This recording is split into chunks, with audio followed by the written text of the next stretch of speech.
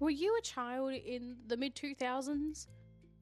Because if you were, you may have gotten one of these. I know for me specifically, my mother had bought me one when I was in like pre-primary kindergarten for Christmas, and I don't remember ever using it. I also don't remember there being oil pastels in this bad boy. So out of the ATP set that we have in front of us, I'm gonna try and see if I can create at least one piece of artwork with this set, only using this set.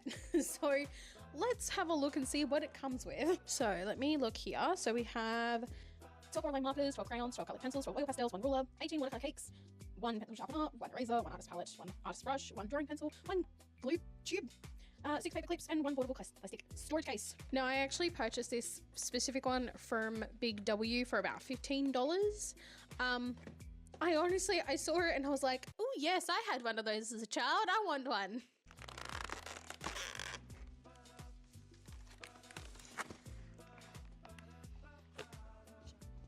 Oh Jesus, okay. Oh God. And I just love the diversity of colors that we have here. I can't help but laugh. That is the flimsiest ruler I've ever felt. Even a cardboard ruler feels better than this. I feel like I could snap this instantly and turn this into a deadly weapon. Yeah, we definitely want our kids around that. It's definitely not going to cause any injuries anytime soon. Same goes for this sharpener. We're definitely not going to cause any injuries here. Ooh. Oh, that feels as cheap as it looks. Okay. This is what I get for spending $15 on it. Let's have a look. Okay. And I immediately already got blue on me. I am so good at making a mess. Let's swatch. Doesn't even make a satisfying click.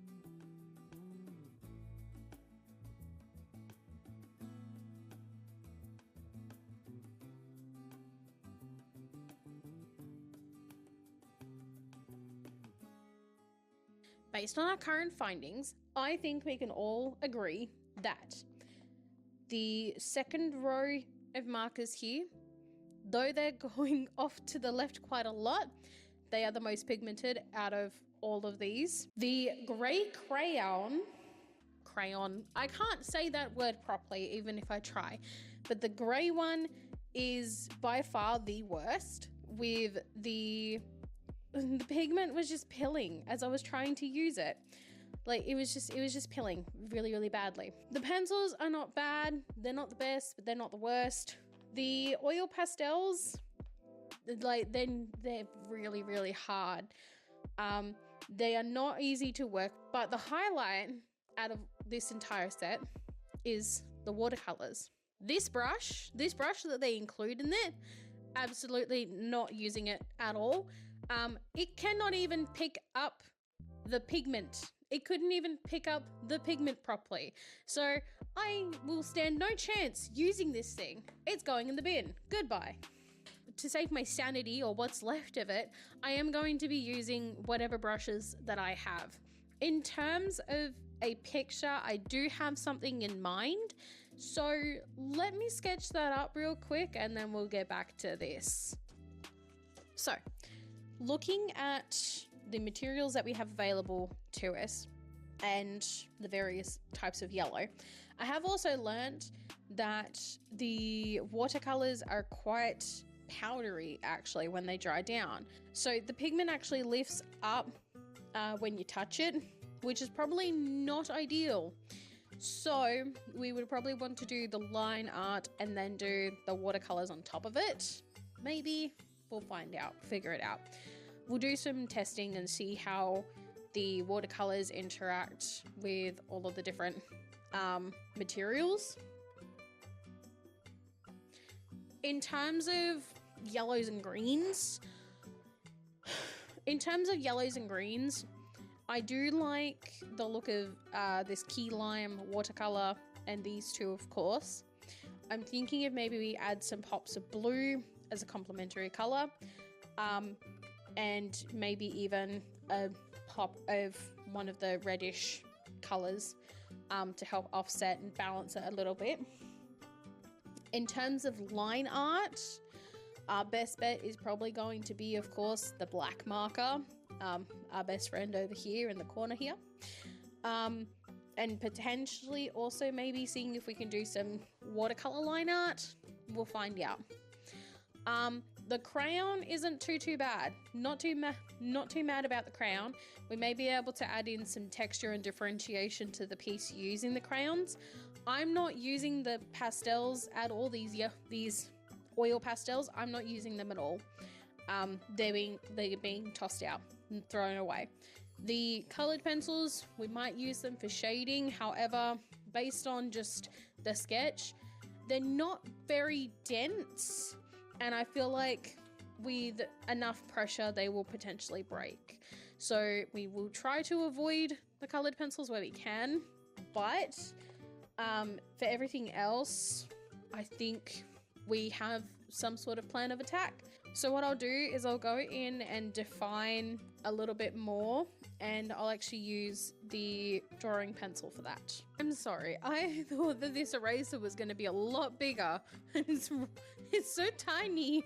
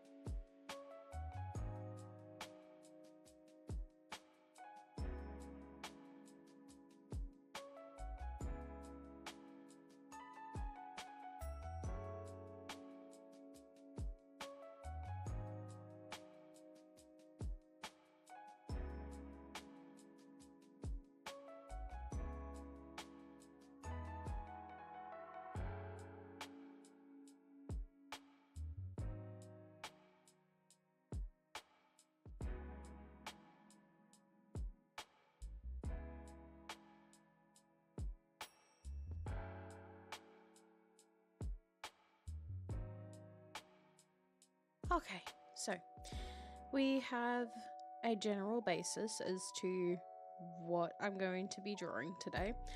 I have never really been one to draw nature before, so this is going to be a first time for all of us.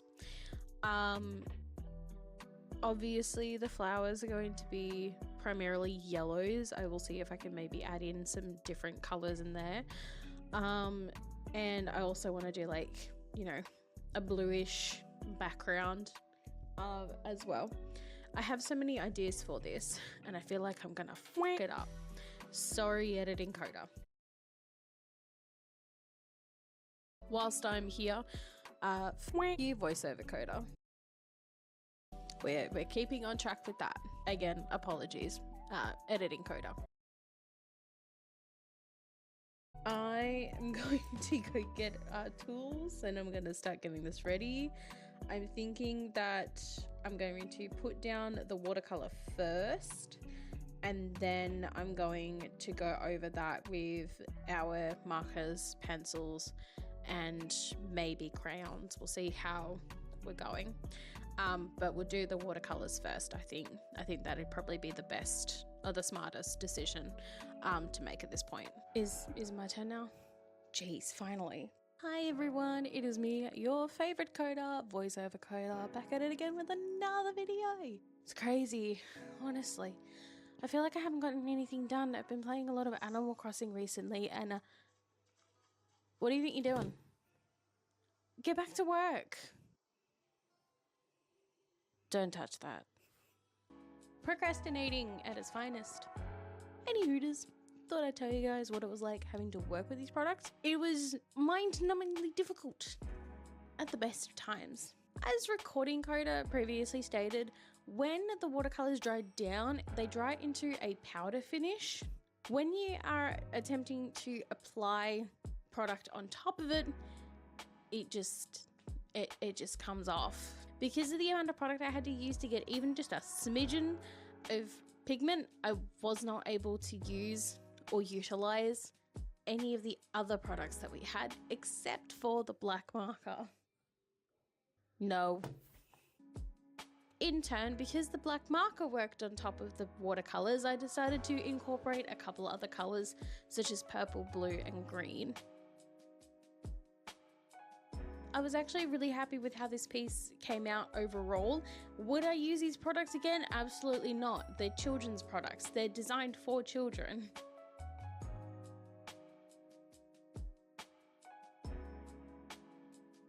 I actually sent a picture of the final piece to a friend of mine, Nocturnal Brit, over on Twitch, and she said that it actually reminded her of the artist Quentin Blake's works. And it's like, I can't unsee that now.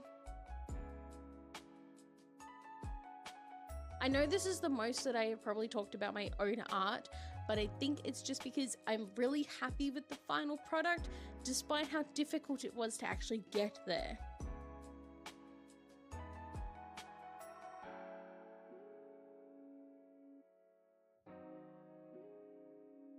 I didn't get to talk a lot this episode, but I do blame that on Recording Coda because she is selfish.